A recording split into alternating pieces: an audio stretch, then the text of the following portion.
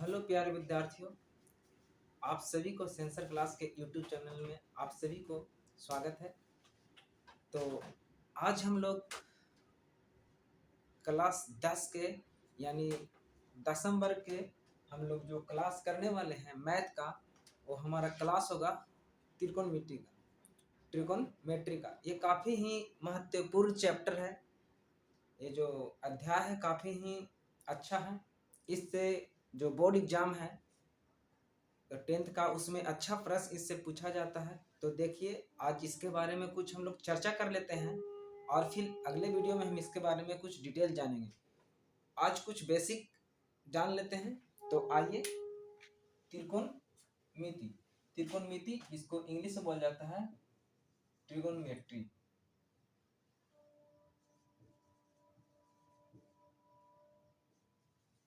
ठीक है, ट्रिगोनोमेट्री यानी त्रिकोणमिति का शाब्दिक अर्थ जो होता है वह तीन।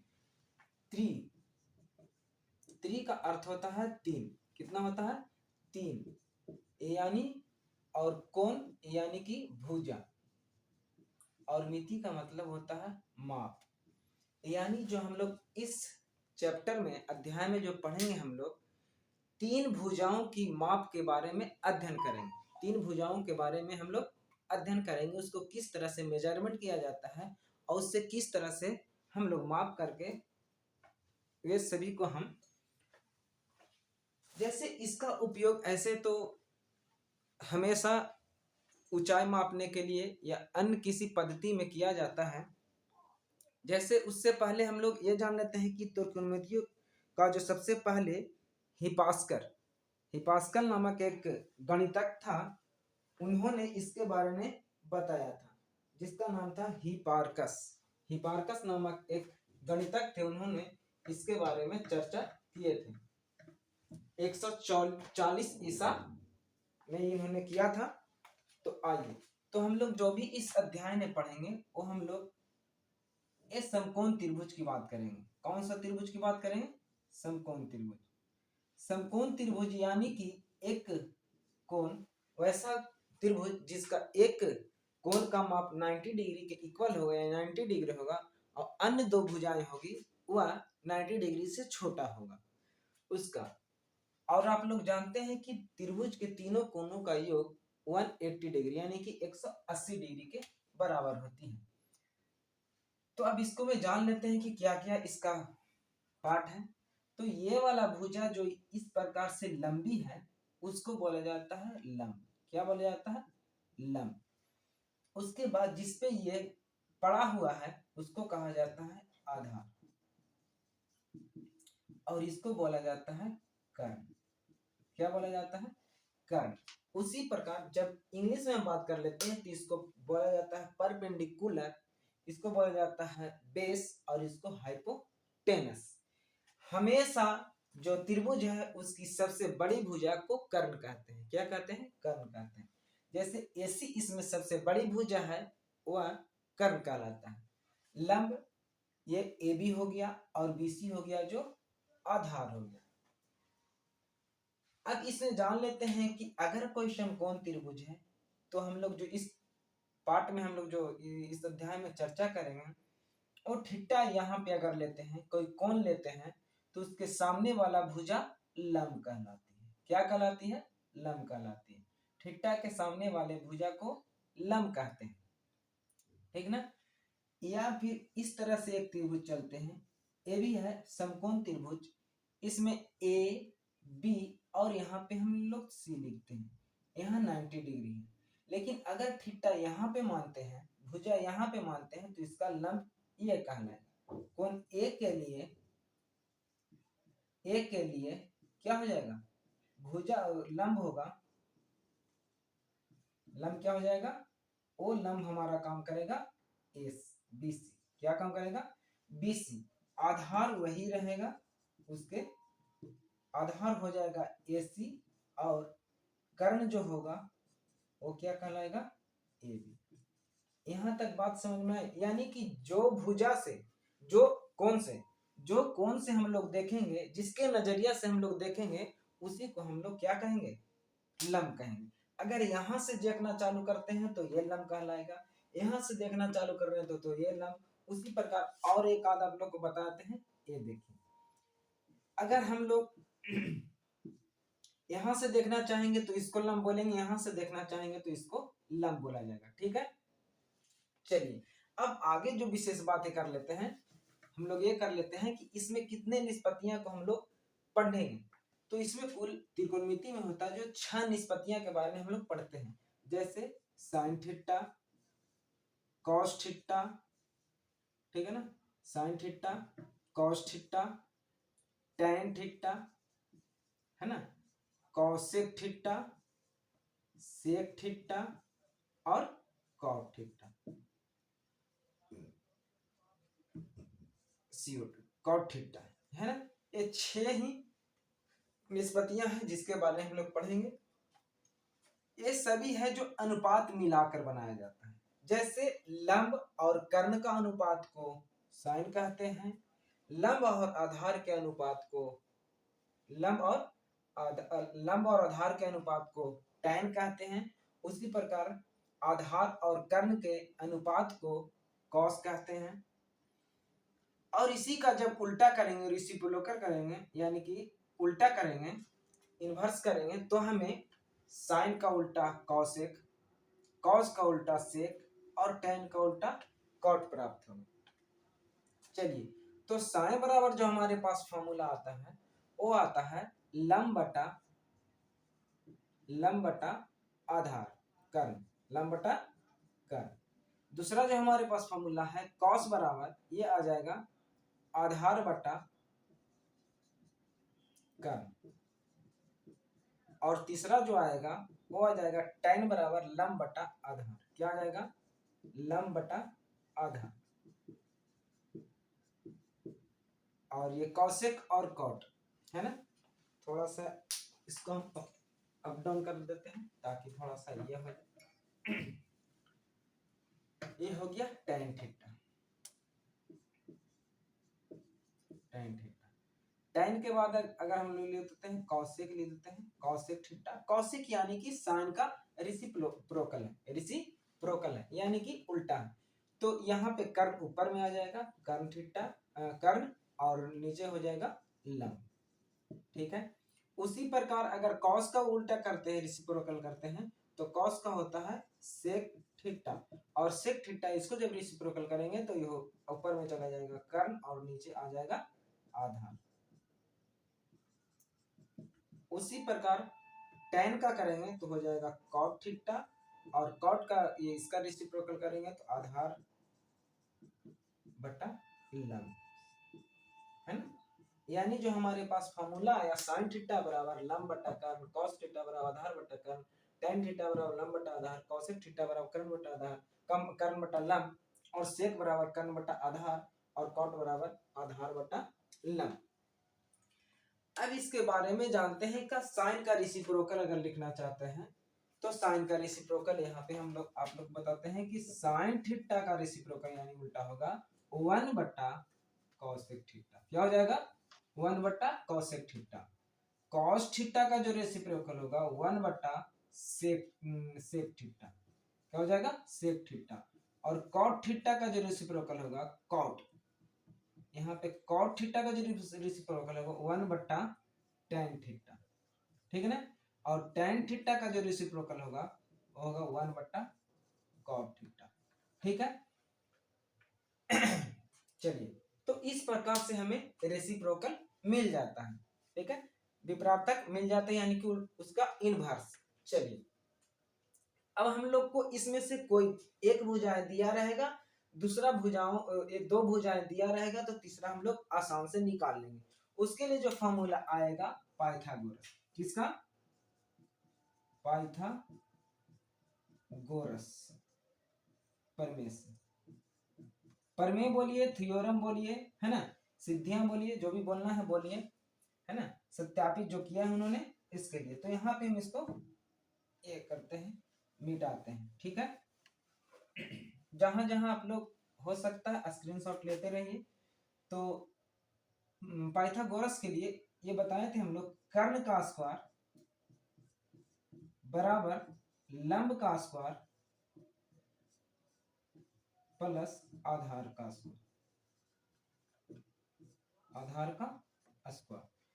उसी प्रकार जब इसके रूट हटाएंगे तो हमारे पास जो रिजल्ट आएगा कर्ण बराबर कर्ण इक्वल टू क्या आ जाएगा, लंब प्लस आधार।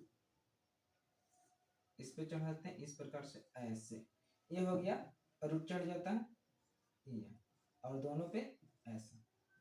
अब समझिए आप लोग, जब कर्ण की बात करेंगे तो कर्ण क्या है भाई, कर्ण सबसे बड़ी भुजा है।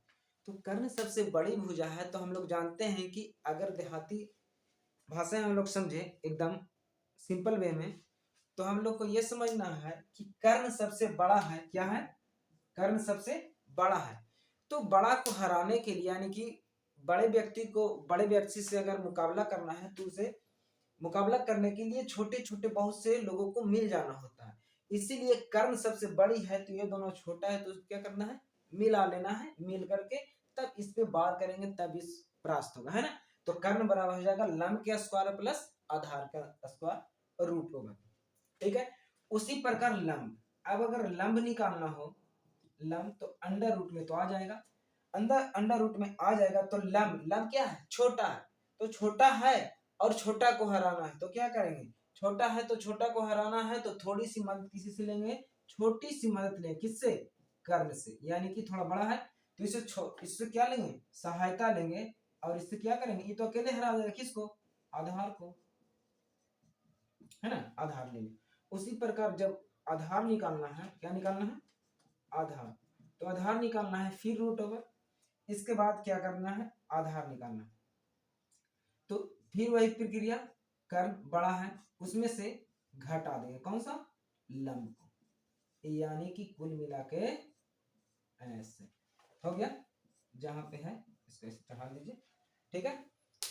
कर्ण बराबर हो जाएगा, छोटी दोनों छोटा मिल जाएगा, बड़ा जब मिलाना है तो दोनों छोटा मिला देना है, एगो छोटा निकालना है तो बड़का में से जो नहीं यहाँ रहेगा उसको घटा देना है, जो यहाँ नहीं रहेगा उसको घटा। देखिए यहाँ आधार है तो तीन ही तो होता है, लंब आधार कर्ण, जब यहाँ आधार आ गया तो कर्ण में से माइनस कर देंगे लंब, खत्म हो गया।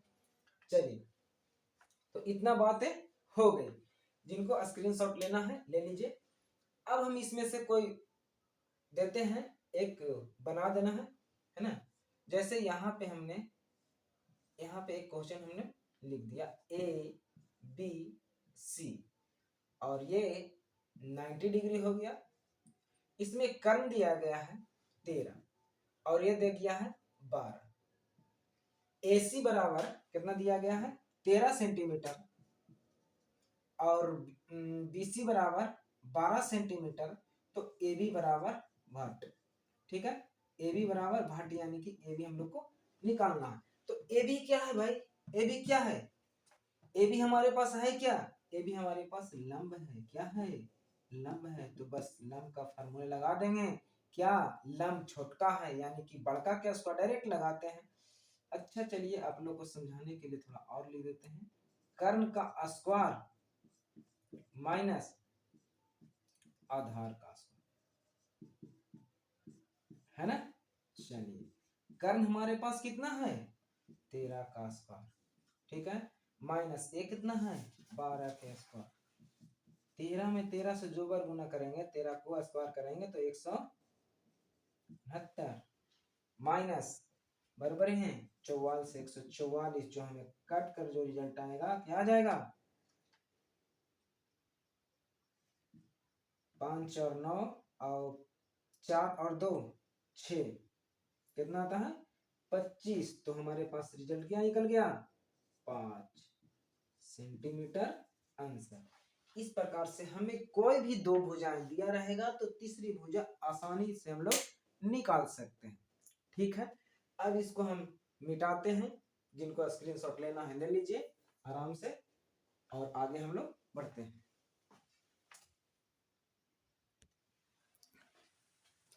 चलिए तो अब आगे प्रश्न हम लोग देख लेते हैं।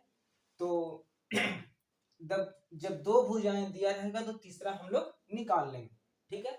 तो यहाँ पे हम आप लोग एक प्रश्न देते हैं, देखिए ये 90 डिग्री हो गया, हमेशा 90 डिग्री के इक्वल ही बनेगा, पहले ये समकोण त्रिभुज होता है, ठीक है। अब यहाँ पे ये दे दिए हैं 12 और ये दे दिए हैं 5, ये वाला भुजाएं निकालना है। तो ये क्या है? कर्ण है। क्या है? कर्ण है। तो कर्ण बराबर जो हमारे पास फॉर्मूला है देख लीजिए वहां से, अभी तक अगर आप लोग को याद नहीं है तो निकाल लीजिए। हाँ, बनाने के लिए अगर आप लोग और ढंग से बनाना चाहते हैं तो देखिए, इसके लिए हम लोग क्या करेंगे, इसके लिए हम लोग जो दिया रहेगा लिख लेंगे। एस ए बी दिया गया है, क्या दिया है? ए बी बराबर 12 सेंटीमीटर दिया गया है, 12 सेंटीमीटर। ठीक है, सेंटीमीटर मीटर जो भी यूनिट रहेगा, यूनिट को हम लोग लिख देंगे, इकाई को, है ना। ए बी बराबर दिया गया है 12 सेंटीमीटर, जो कि लंब है। क्या है? लंब। क्या है भाई? लंब है। आधार कितना दिया गया है? आधार, आधार क्या है? BC। कितना दिया गया है? 5 सेंटीमीटर। निकालना है क्या? AC निकालना। और AC क्या है? कर्ण है। क्या है निकालना? कर्ण। कर्ण कितना है? AC दिया गया है। कर्ण हमारे पास इसका घट। तो कर्ण बराबर जो हमारे पास फॉर्मूला था उसको हम लोग लगाते हैं। कर्ण बराबर होता है, बड़ा वाला है तो एक घटा, क्या करेंगे? दोनों को जोड़ देंगे। लंब के स्क्वायर प्लस आधार के स्क्वायर, क्या करेंगे? ऐड कर देंगे। जल्दी जल्दी मान पुट कीजिए। लंब का मान कितना दिया गया हमारे पास? 12 के स्क्वायर प्लस आधार का मान कितना दिया गया है? 5 के स्क्वायर। ठीक हो गया, बराबर है 44 से 144 और प्लस 5 5 25, कितना हो गया हमारे पास जोड़ करके? 9 5 9 5 14 की 4, हाथ में 1। यहाँ पे थोड़ा सा मिस्टेक हो गया, बराबर 44 से 144 होता है। ठीक है, मिस्टेक हो गया लिखने में, कोई दिक्कत ना है। चलिए 5 4 9 और यहाँ कितना हो गया? 4 और 2 6 और 169 आ गया है। और ये किसका हिस्से में होता, किसका वर्गमूल होता है? 33 का, 13 का। कितना का? 13 का। तो इस प्रकार हमारे पास ये आंसर हो गया और इसका मान कितना आ गया? 13, जो कि उससे मिलते रहा होगा पिछली बार में जो बताए होंगे, यही ट्रिपलेट ही होंगे। ये सब ट्रिपलेट के अंतर्गत आता है। तो ट्रिपलेट आप लोग लिखा देंगे 10 ठो, उसको देख लीजिएगा, काफी इंपॉर्टेंट ट्रिपलेट रहेगा। उसी ट्रिपलेट से ज्यादा कुछ नहीं पूछेगा, तो आप लोग बनाइए इसको। हम आप लोग को प्रश्न दे देते हैं, इसको आप लोग कमेंट्स बॉक्स में इसका जवाब दीजिए।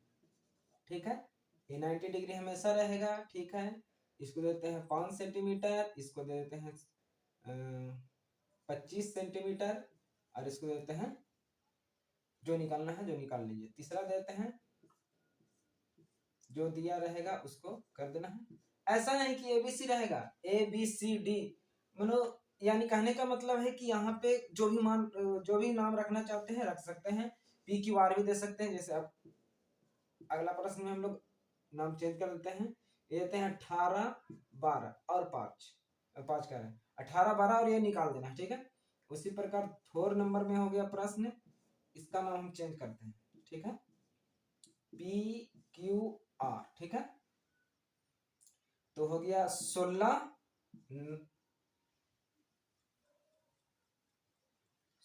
इसका मान ले लेते हैं, 9 इसको ले लेते हैं। ठीक है, और इसका मान निकाल देना है। ठीक है, ऐसा नहीं कि किसी का वर्गमूल होगा ही होगा, नहीं, हम ऐसा प्रश्न नहीं दिए हैं जिसका वर्गमूल हो, ऐसा कोई बात नहीं है। कोई भी प्रश्न आ सकता है, उसको क्या करेंगे हम लोग? बना देंगे। वर्गमूल निकलेगा तो ठीक है, नहीं तो रूट अंदर में ही रहने देंगे।